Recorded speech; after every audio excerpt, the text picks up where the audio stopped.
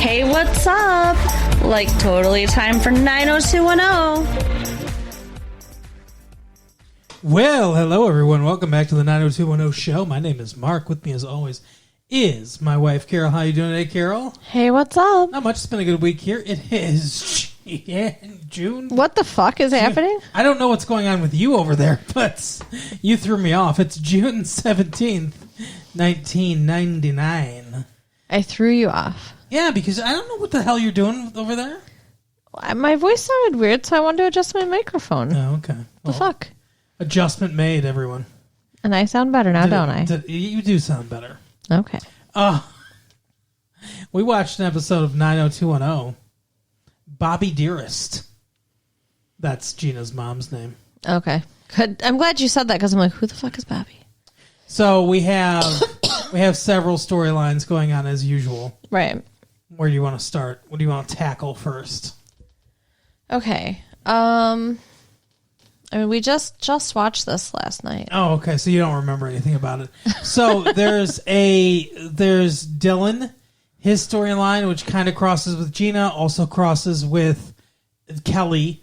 There's the Kelly, Matt, Dylan, I guess, storyline. There's the storyline with David and Mystery Girl and Donna and Noah, kind of. And then there's the big one with Gina and her mom and Donna. Okay, let's talk about David and Donna. Oh, and there's Steve. What about Steve? Steve and Janet. Okay. And their newspaper shenanigans. I don't remember that at all. They have a... He paid $3,000 for a the black book thing. Book from a Hollywood madam. We'll get to it. Let's stupid. talk about David and Donna. Yeah, so I thought that David and Donna were together now. They kissed. They went out on a date. Didn't they even go fuck? I mean, I thought I don't remember. They were kissing and they went behind a closed door. I kind of thought that's what was happening. They started kissing by a fireplace, and then the camera panned to curtains flapping in the breeze. It's just all implied. I mean, it's only been 1 week in between watching these episodes. I don't understand how we can be so lost, but I don't feel like we are. No, it's the writers just constantly, it's like they write episodes that they don't air. They're like, let's write an entire episode where a bunch of stuff happens, just throw it out and have the characters talk about it in the next episode. Or it's like they write them and they're on index cards and they just drop them on the floor and scoop them up in whatever order they happen to. Yeah, it's so weird. So they're not together, This show is so weird because you can't be sure that anything is actually happening unless they absolutely just stamp it into the ground. This is it. Right. Because there's so many times where it's it seems like they're leaving it open. Those two are probably dating now. And it's oh no, they're not though. Right. Yeah. So technically she never left Noah.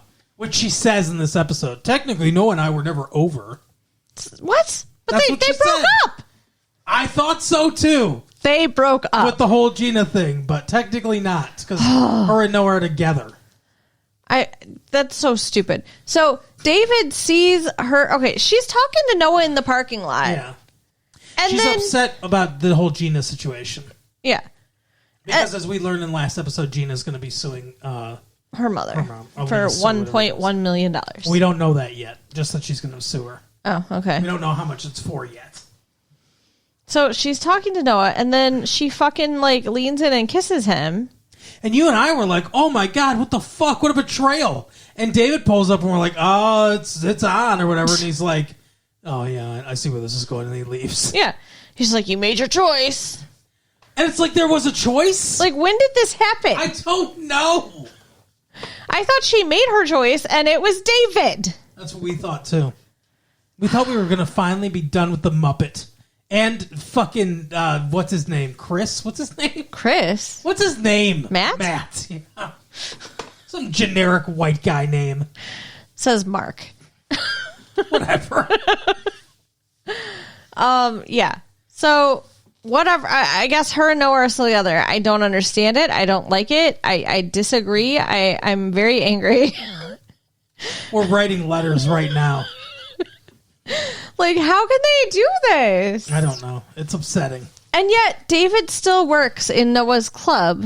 Yeah, and last episode, weren't they like, oh, he got kicked out of doing that? Because he fucking kissed Donna?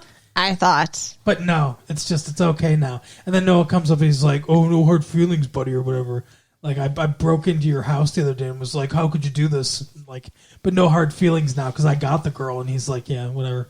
It's fine. And then he decides, like, him and Donna talk, and she's like, you need to find somebody. You need to open yourself up to love and move on. Exactly. What? That's not how this works in real life. What kind of magic fairyland do these writers live in? I don't know. But so she gives him the idea. These writers are the kind of writers that are like best friends with all their exes, and they just have messy relationships with every ex. They go back and fuck each other like several times. So I guess it's like a never-ending carousel of exes. They can never form new relationships. It's really fucked. Yeah, it really is. But she gives him the idea to, like, put it out there on air, I guess. Yeah, to solicit. She's like, oh, your audience is mostly women.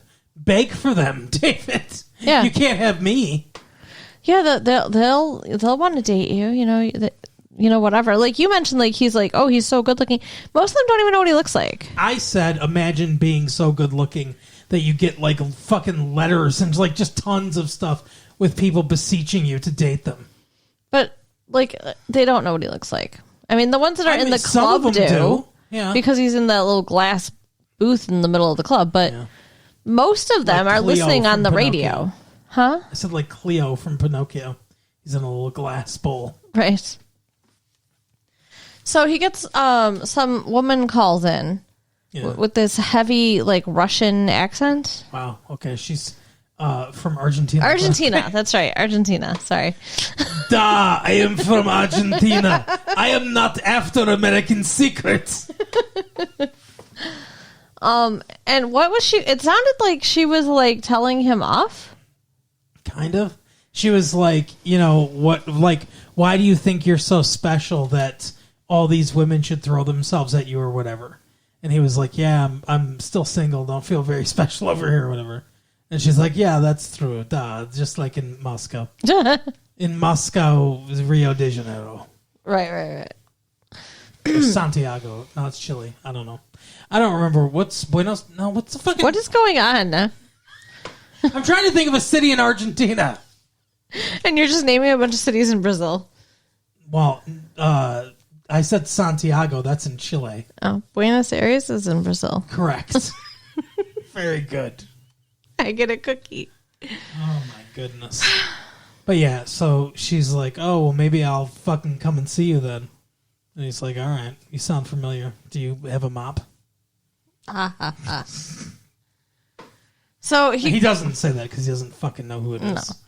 But he gets all these girls who write him and want to date him. And then he's like, you know what? I changed my mind. I'm just going to leave it up to fate. Yeah, this is stupid. What? Like, what is the point of anything ever in this show? I don't know. I have something very big to say about that later.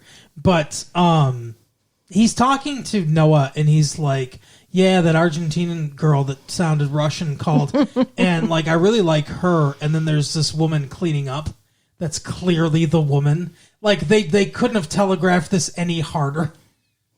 And he's like, yeah, I really like her, but I'm just gonna fucking shut this down because I don't like any of the rest of these people or whatever. They're all desperate whores. And wow, tell us how you really feel. This blonde woman walks in and he's like, oh my god, it's you. You're so beautiful. And she's like, hi, y'all. And he's like, you don't sound Russian. And he's like, oh, it must not be you. And she's like, oh, you're looking for somebody else. He's like, yeah, sorry. You're beautiful, but I don't give a fuck about you. So she leaves. And then that night, he's like, I'm giving it up to fate. Fuck this. On the radio. And that's when the janitor girl walks up, but she's all dressed up. It's a Cinderella story. Right. And she's like, hey, it's me, but in an accent. Again. And he's like, oh my god, I recognize you now. It's the woman that cleans up. It's you. She's like, hey, we already work together. Yeah, so we might as well have sex, and we'll never see her again, I'm sure. Yeah, so he's supposed to be dating the cleaning lady, but yeah, of course, because nothing in 90210 matters. Yeah, but that's the thing, is like, you would assume, if you were a novice to watching 90210, you would assume, oh, that's going to be his girlfriend now. We will look forward to many plot lines with her. No, next week it's going to be like, Donna, we kissed. We should be together. Yep. Because they'll just go back to the old storyline. Or wait, did I knock you up that time that we maybe had sex? Right, exactly. But that's David's storyline. Where do you want to go from here? All right. Do you want to do Chris? Do you want to? There needs to be a Chris on this show. Do you want to do Ian McKellen? What's his name? What the fuck is going on, Matt? No, not Matt. The other one, Steve Sanders. Oh. Do you want to do Steve and Janet next because it's pretty like dull? Okay, go ahead. Easy. So he spends $3,000 on a black book from a Hollywood madam, and they're like, oh, look at all these names in here. We're going to vaguely tease that there's some names in here. And they're like, oh, Janet's like, that guy's a young, good-looking actor. What does he need to pay for sex for? Look, sometimes you just want someone to come have sex with you and just leave, you know? Wow. Like, you don't have to really? You don't have to go through all the rigmarole. Is that like, how you date feel and there? stuff like that. I'm just saying, if I've never... Are you? I've never paid for a prostitute before, but I'm sure there are some Hollywood guys that's like, you know, that's what they want. It doesn't matter. What I'm saying is, like, even good-looking young guys can go to prostitutes. Sure. But this is obviously a take on the whole Heidi Fleiss thing, with you know, her little black book and Charlie Sheen being in there. And, if you guys remember, like, I don't know, 3 years ago or whatever, we talked about this. But anyway, so that's what they're doing. And he's like, oh, look, this, he's like, I like the holier than thou guys that are fucking prostitutes. Like this talk show host, Chris Salas or something like that. Sure. It's probably not even Chris. I've just got Chris on the brain. Apparently, like, what the fuck? Were you talking to a Chris today? No. But yeah, like, I do think it's something. I think it's Chris something. It's some made-up name. It's no one that exists. The only name they give is a name they made up for the show, obviously. They wouldn't be like, oh, look, fucking, I don't know, Ian McKellen is likes prostitutes. He's a British actor. Anyway, so they're like, they go to Matt, and they're like, Matt, can we publish this, or will they sue us the fuck out of us? And he's like, well, you can't be sued for libel if it's true. Which I guess is technically correct. Right, I guess. But it's like, I don't know, something like that's so personal, I feel like you could still be sued for sharing it. I don't know. But like, yeah, I honestly I have no idea. I know the way that like the tabloids get around is being like, sources say this, you know, or whatever. They don't like allege like, hey, this is true. They're just like, hey, we've heard this. It's a rumor. But anyway, so he's like, Steve Sanders is like, hey, we need to tail this guy. We need to follow him, and we'll prove it's true, and that's what's going on. And so the next time we see them, Janet and him are staking out the front of this guy's house, and they're giving us all the exposition because they didn't have time or want to show us this, and they're like, yeah, we staked out his hotel, and nobody came or went. Janet Stakeouts says. are boring, so I don't blame them for not wanting to show us. And he's like, yeah, nobody came or went that night, but that doesn't mean he's not having sex with prostitutes all the time, this fucking prick. And then they walk out, he and his wife and the kids, and they hug and everything, and suddenly Steve sees himself in this. Mm-hmm. He remembers his parents, and he's like, no, I just figured it out.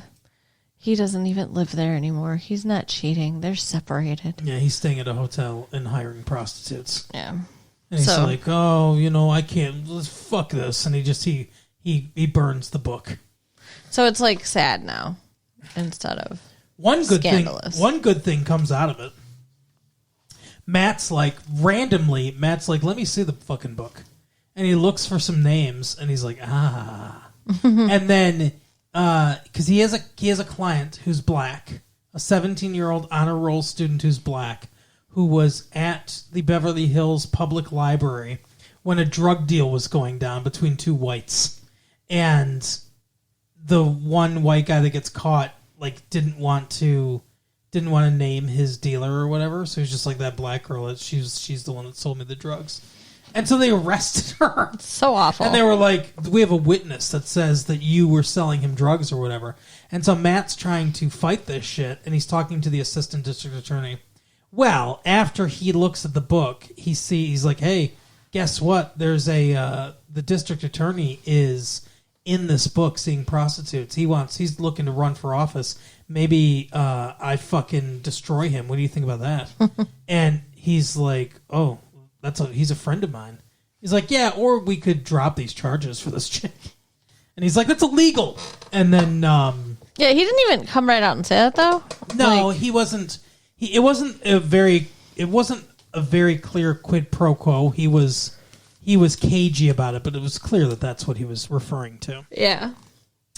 So later in the episode, the assistant district attorney comes to him and he's like, we're dropping the charges. He's like, what happened? He goes, the police put pressure on the guy that got arrested, and he named his dealer, the other white guy that was in the area. And he's like, see, he told you her life could have been ruined or whatever. And the assistant district attorney's like, yeah, but what you did was shitty. And then and then he leaves. Whatever. So Matt's like not fazed at all that he's like risking his reputation. Like, I feel like that's a bad thing to like piss off the district attorney's office. Yeah. But if you're an attorney, but whatever. Yeah, I mean, I guess it's a kind of a dirty trick, but like, they equate this whole thing because later, like, he talks to Kelly about this because there's stuff with him and Kelly and Dylan and Gina. Like, this is a whole like triangle, quadrangle thing going on there. But he talks to her and they're talking about his wife and how like he couldn't save her or whatever. And he's like, so what? You win some and you lose some? Like, I couldn't help my wife, but I could help this girl. And she's like, well, you did what you could. Yeah. I don't know. I don't like him. I'm deciding. I don't either, but okay. What? I don't like him either. What? Okay, you're being weird. I am? Okay, sorry. I'm not trying to be weird. I don't know. Let's delve a little bit more into the story of them. Kelly? So, okay. Kelly and Dylan had sex in the last episode when they went to Mexico. Right. And with this episode kind of opens with her talking to Matt, and she's like, did I cheat on Dylan? What? No, did I cheat on Matt? She's not saying that to Matt. Oh, never mind. She was saying that to Dylan.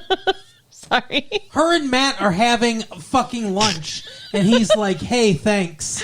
Thanks for what you did. Thanks for going to Mexico. And she's like, oh, yeah, I don't feel good about it. Anybody would have done it. And he's like, no, you're the best. You're special. Everything's great about you, and I love you, and maybe we should move forward. And he's like, she goes, oh, yeah. She says that exactly. Yeah, that's word for word. Yeah. Later, she talks to Dylan, and she's like, yeah, did I cheat on Matt? And he's like, no, he was with his wife. Which is what I was screaming at the TV. Like, why is she being stupid? I don't know. And she's like, you don't care that you cheated on Gina? He's like, nah, I don't give a fuck about her. He really doesn't. So, Dylan goes through some stuff in the episode. Are we... I don't really... Okay, so you're looking at me like... But I really don't remember. I want to say what I want to say about Matt before we leave this storyline. Okay. Sorry. I'm sorry. If you want to, you can say what you want to say. Go ahead. No. Your great insight into this episode. I have no great insight. I know.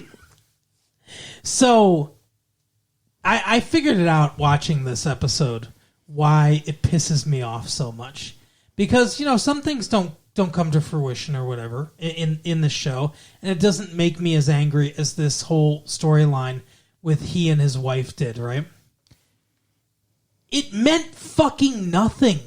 like, yes, I understand that, like, sometimes, like, people come into the show and stuff like that and things happen or whatever. And this happens on other shows, too, where it's like, and then they leave. And it's, you could say, like, oh, what was the point of that? But there was always there's always a point, or pretty much always, in other episodes. Introducing a new character like that does something. It reveals something about the character. Like, I mean, I'm going to use concrete terms, right? If her coming in, his wife, if her coming into the show led to him leaving, that would be a significant thing, right? That would be a significant change to the status quo. But even if she came and left the way she did, where she was in for a few episodes and she was gone, if her presence did something, if it revealed something about Matt's character, something we didn't know before, like deepened our understanding of his character, if it changed his character in a certain way, if it made him go from one way to the other or whatever, but it didn't do fucking shit. Nothing happened. She came in for like 3 episodes. We don't know anything more about him. He's in the same place that he was, in a quasi-relationship with Kelly. Like, if they had been firmly together and then broken up, maybe that would have been something, even like the barest of something. But nothing happens. Yeah. Her presence meant nothing. His storylines for those episodes could have easily just been cut out, and we wouldn't have noticed. Well, okay. Her and Dylan go to Mexico together to get the drugs for his wife, and that's when they have sex. So, Sure. I mean, that's something, but they could have had sex any other situation. Exactly. And also, like, she was going into a relationship with him, and it kind of put the brakes on the relationship so that she could do this with Dylan. But it's the barest of, like, justifications for an entire new character and an entire plot line. Like, we should have gotten way more out of this than we did. Yeah. And it just feels like, what was the point of that? Yeah, I agree.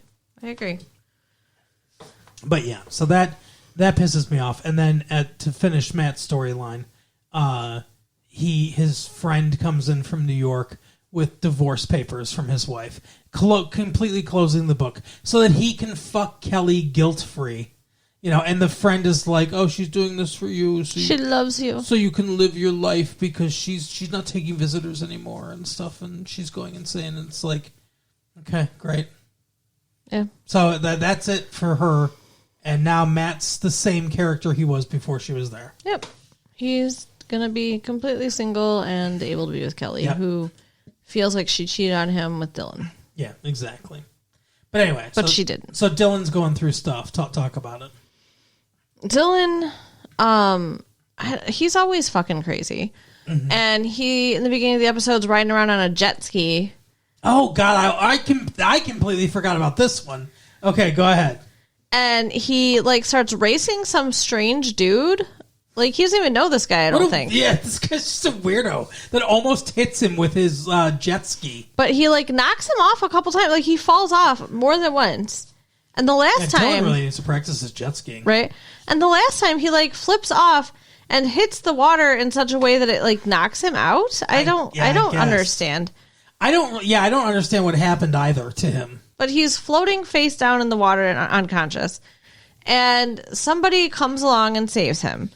And they did CPR. Like, apparently he was fucking dying. Yeah. Whatever. Yeah, that's what they say. And... in the show. This guy, like, dropped his medical wristband as he went running away after he revived him. Yeah. Weird. Like, why is the guy wearing a medical wristband right. and on the beach? I don't know that he was wearing it. I think it came out of his pants pocket or his hand or something. We both assumed that he was wearing it and he dropped it. And I was like, what is he, like, is he crazy? Is he, like, did he escape from a mental institute or whatever? That's why he's running away. And he was, but no, that's not it. No. So Dylan wants to find him and thank him. And this becomes, like, this, like, all-consuming thing. I guess when you're a millionaire and you have nothing else to do with your time, you may as well track a dude down. Exactly. So he tries to find him, and it turns out that he's been dead since December. Yeah, he goes to the hospital, and the person's like, yeah, this guy you couldn't have seen him. He's dead. Oh, and he's a child. Yeah, and she's just, like, she really, like leads him through the garden path for a long time Yeah. before she reveals, oh, he was a 7-year-old kid. Yeah. And he's like, well, because like it almost seems like she's implying, oh, you saw a ghost. Yeah. Or Yes. whatever. It That's what I definitely was. did. That's what I was thinking. It's like, when they saw the angels Exactly. and this is a universe where that happens. So. That's what I was thinking, but it was no. She's like, he was 7. He was like, well, this guy definitely wasn't 7. And she's like, oh, you know what? He had an older brother Yeah. who requested his bracelets. So And she's like, I remember his name, so she gives him the name. so he goes and tracks down the older Seems brother. like a violation of medical confidentiality or whatever. But who It knows? really does. He finds this guy who's like, if you're here to thank me, just forget about it. He's tearing down a treehouse when Dylan finds him. Yeah. It's weird. Like, why is he so grumpy? Like, I mean, we figure it out, but I'm just like, it's weird. His brother's dead. Yeah. But for a while now. It's not very... I guess that's true. It's been a few months. Why don't you fucking suck it up, buddy? Get over it. What a loser. But we find out that he's very hostile when he tells Dylan that he was out there because he wanted to kill himself. Yeah, he planned to just keep swimming. He literally threw himself into the ocean. Yeah. But then he saw Dylan and he saved him instead. And now he's still alive. And Dylan's like, well, you must not really have wanted to die or you'd be dead now. And he's like, the night's still young. He's almost taunting him. He's like, you can't fucking kill yourself, I bet. And then he says something to Kelly later. He's like, he's talking to Kelly and Matt, and because Matt wants to have dinner with both of them. And he's like, I just want to thank you both. And Dylan's like, well, she didn't take the medication, so we didn't really do anything. Right. And Dylan's like, let me ask you guys a question. Let's say somebody saved your life, but they want to kill themselves. Do you have an obligation to like try to help them not kill themselves? And Kelly's like, yeah, of course. And he's like, yeah, but like I feel like if he's going to kill himself, he would. And if he's not going to kill himself, he won't. And Matt's like, that sounds like a really good way to not do anything ever. Right. And so they convince him to basically to find this guy. And so when Dylan was at the hospital before, it's like a children's hospital, he noticed that the playground was all fucking ripped apart. And the doctor's like, I'll tell you what, they can't ever fucking fix this shit. And so then he comes up and he's like, with the brother. And he's like, hey, I got some purpose for you or whatever. These kids need a playground. We're going to build them a fucking playground. And he's bought all the equipment and everything. And he and the guy themselves are going to like build and put up the equipment. They've got the blueprints and everything. And the kids are all waiting there. He's like, these kids are waiting. And it's like, how, like, they understand this is going to be a couple days at least, right? It's not going to be ready in a couple hours. It's nighttime.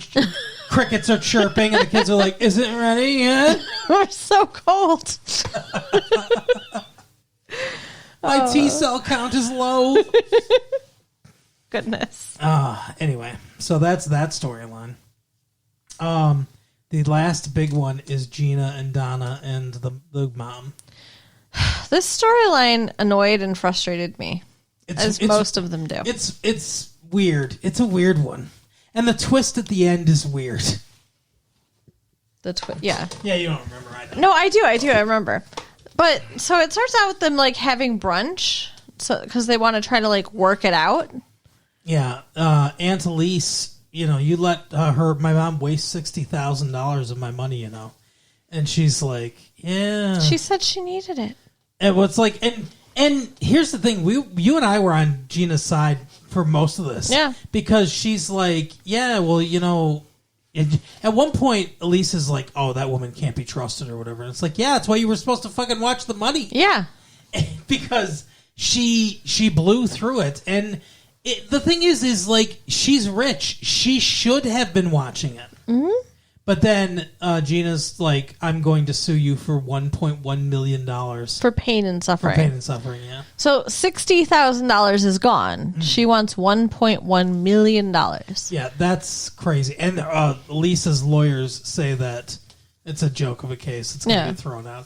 And, Donna's like, seems like she's caught in the middle. But Gina goes up to her and she's like, remember that summer that I visited you and all those people were making fun of me because I was wearing your hand-me-downs? And Donna was like, yeah. And she's like, you stood up for me then. I wish you'd do that now. And then she just kind of walks away. So then Donna says to her mom, basically like, hey, Mom, you should give her the $60,000. It's the right thing to do. Right. Because, you should have been watching the money. So they have dinner or whatever. They have lunch, whatever it is. And Elise is like, look, I'm going to give you the $60,000 if you drop the lawsuit. And she's like, Gina's like, this isn't a loan, or whatever. And she's like, no, I'm just going to give it to you because I should have been more responsible or whatever. And it's the right thing to do. And she's like, okay, I'll drop the lawsuit. I'll accept it. So she accepts it. Everybody's happy or whatever. And then the bomb is dropped. Her and her mom are eating lunch together. Gina and her mom. And she's like, your mom's like, I told you that would work or whatever. Like, I told you. We scammed Aunt Elise. Yeah, exactly. How did they scam her? I don't understand. And she's like, here's your half of the money. And she gives her $30,000. So I don't know. This all started, I guess this was a plan the whole time, but this all started because she wanted to open up her own gym and she was going to use that as collateral. Right. They haven't explained enough, and I want to know, is the money even gone? They went to the bank themselves. So it seems like her and her mom were in on this from the beginning, which means her mom being like, oh, I can't tell you who the trustees are, all that stuff. It was all an act, obviously. But when Gina and Donna went to the bank, was that a scam? Was that bank person in on it? Or did they take the money out before? Or has this been for years has this been the plan? The plan has always been to spend the money and then get it back from her later again. Yeah, that's what I'm saying. And if so, only $60,000, it's yeah, that's a lot of money. Trust me, but it's that's really worth this much planning? I don't know. It seems fucking weird. Yeah, the whole thing's weird. That's what I'm saying. I don't understand the scam. And she's like, and if that money really was spent, it's she wanted $70,000 for her future or whatever, right? But instead, she gets $40,000, right? And her mom gets $30,000, and it's yeah, $40,000 is still a lot of money. Great, but yeah, I don't fully understand what the scam is. I don't think the writers did either. I really don't. I don't think they thought this out. Yeah, I'm hopeful that next episode they may continue this. Oh, they're never going to mention it again. Come on. Just like how Valerie was supposed to have money from her lawsuit that never surfaced. Yeah, what the fuck? I mean, this will be over now. Did Noah ever pay her that money? I still want to know. I don't think so. A judgment was rendered. Even though the truth came out later, the fucking courts rendered judgment. None of it matters, though. Episode to episode, none of it matters. And that's the big problem. But yeah, that's everything that happened, everyone. That's the episode. That is it. Carol, tell people where they can scam $60,000. Oh, not from us, but you can certainly write us at latefee1994@AOL.com. Check out our website at www.retrolatefee.com. Yep. And share the tapes with your friends. I'll see you next time. Bye. Bye.